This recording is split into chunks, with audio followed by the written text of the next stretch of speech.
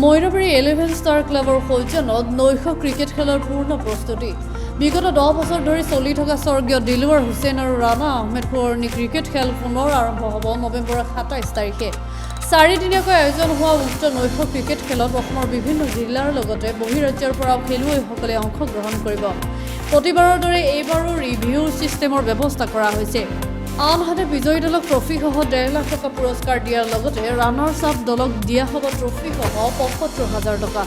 অধিক জানিবলৈ বা মইৰাবাৰী 11 ষ্টাৰ ক্লাবৰ সৌজন্যত নৈশ ক্ৰিকেট খেলত অংশ ল'বলৈ যোগাযোগ কৰক 9365622573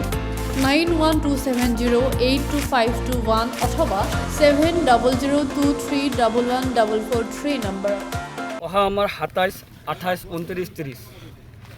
নৱেম্বৰ আমাৰ মইৰাবাৰী নুৰুলামিল খেলপথাৰত মইৰাবাৰী 11 ষ্টাৰ উদ্যোগত মৰহুম দিলৱাৰ হুছেইন আৰু ৰাণা আহমেদ চলন্ত ট্ৰফি যিটো আয়োজন অহা 10 বছৰৰ পৰা কৰি অহা হৈছে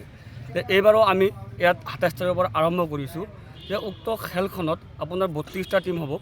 বা 32টা টীমৰ আপোনাৰ বাহিৰৰ পৰা অসমৰ বাহিৰৰ পৰা টীম আহি আছে যোগাযোগ কৰি আছে তথাপিও আপোনাক আমন্ত্ৰণ জনাইছোঁ যদি টীম থাকে আমাৰ ইয়াত স্ক্ৰীণত নাম্বাৰ দিয়া আছে ইয়াত লিডাৰত মোৰ নাম্বাৰ দিয়া আছে এই নাম্বাৰ কণ্টেক্ট কৰিলে এই খেলখনত জইন কৰিব পাৰিব এই খেলখনৰ জইন ফিজ হৈছে মাত্ৰ 8,000 টকা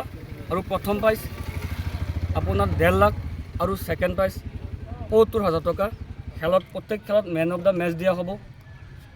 আপোনাৰ প্ৰত্যেকটো আপোনাৰ মেন অফ দ্য চিৰিজ আছে এণ্ড্ৰইড মোবাইল আছে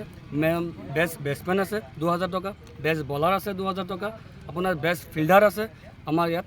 আয়োজন কৰা হৈছে এই গোটেইখিনি তথ্য টিকেটৰ শিক্ষাৰ অন্ত পৰিল পুনৰবাৰ 11 ষ্টাৰ ক্লাবৰ দ্বাৰা আপোনালোকৰ যি ক্ৰিকেট খেল দিলৱাৰ আহমেদ আৰু ৰাণা সোঁৱৰণী ক্ৰিকেট খেলৰ ইতিমধ্যে সকলো আয়োজন সমাপ্ত হৈছে কি ক'ব আমি যোৱা 10 বছৰ ধৰি আমি দুৰ্বনীয়া ক্ৰিকেট দিলৱাৰ হুছেইন আৰু ৰাণা আহমেদৰ সোঁৱৰণীত ক্ৰিকেট প্ৰতিযোগিতা খেল পাতি আহিছোঁ আৰু এইবাৰো আমি খেল পাতাৰ কাৰণে আয়োজন কৰিছোঁ এতিয়া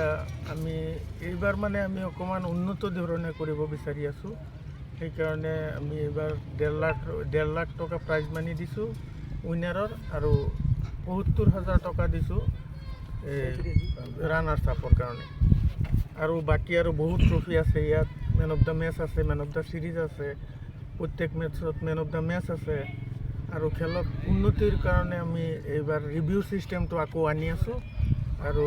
স্ক্ৰীণত দেখা পোৱা যাব খেল স্ক্ৰীণ চাৰিওফালে আমি 3-4টামান স্ক্ৰীণ লগাম আৰু আপোনাৰ এই যিটো ৰিভিউ ছিষ্টেম ৰানাৰটো আছে LB আছে এইবিলাক আমি ৰিভিউ ছিষ্টেমটো আকৌ মানে আমি কৰি আছোঁ এইবাৰ ব্যৱস্থা কৰি আছোঁ আৰু উন্নত ধৰণে কৰিম বুলি এইবাৰ আমি আশা কৰিছোঁ অসমৰ বাহিৰৰ পৰা টীম আহিব নেকি এইবাৰ আমি যোগাযোগ কৰি আছোঁ অসমৰ বাহিৰৰ পৰা 2-3টামান টীম আহিব এতিয়া যোগাযোগ হৈ আছে সিহঁতৰ লগত সিহঁতক থকা খোৱাৰ ব্যৱস্থাটো আমি কৰি দিম বুলি ভাবিছোঁ আৰু খেলখন কিমান দিনীয়া হ'ব আৰু কেই তাৰিখৰ পৰা আৰম্ভ হ'ব 27 তাৰিখৰ পৰা আৰম্ভ হৈ 30 তাৰিখে ফাইনেল 3 দিনীয়া হ'ব 4 দিনীয়া 27, 28, 29, 30 4 দিনীয়া খেল আমাৰ হ'ব আৰু আমি ইয়াত উপস্থিত থাকিব গণ্যমান্য ব্যক্তি উপস্থিত থাকিব আমাৰ আমি এতিয়া যোগাযোগ কৰি আছোঁ আমাৰ এই MLA এই লাহৰীঘাট সমষ্টিৰ MLA আসিফ নজৰ আছে আপোনাৰ এই মৰিগাঁও ডিষ্ট্ৰিক্টৰ DC ছাৰ আছে SP ছাৰ আছে এডিশ্যনেল ছাৰ আছে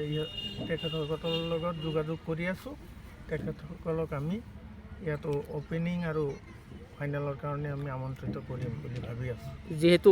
অ'পেনিঙৰ দিনাখন বহুতো ৰাইজ উপস্থিত থাকে আৰু সকলোৱে বিচাৰে সাংস্কৃতিক এটা অনুষ্ঠান এই সাংস্কৃতিক অনুষ্ঠানটো থাকিব নেকি এইবাৰ আমি অ'পেনিঙত সাংস্কৃতিক অনুষ্ঠানটো দিয়া নাই সাংস্কৃতিক অনুষ্ঠানটো দিলে অকণমান ভেমেজালি সৃষ্টি হয় মানে ফিল্ডটো বেয়া হৈ যায় চব মানুহ ফিল্ডৰ ভিতৰত সোমাই যায় পিছত আকৌ চাফা কৰিব লাগে সেইকাৰণে এইবাৰ আমি সাংস্কৃতিক অনুষ্ঠানটো ফাইনেলত দিম বুলি ভাবি আছোঁ অ'পেনিঙৰ দিন আমি সাংস্কৃতিক অনুষ্ঠান নিদিওঁ মইৰাবাৰীৰ পৰা ৱাছিৰ আহমেদৰ ৰিপৰ্ট গ্লোবেল NE 24/7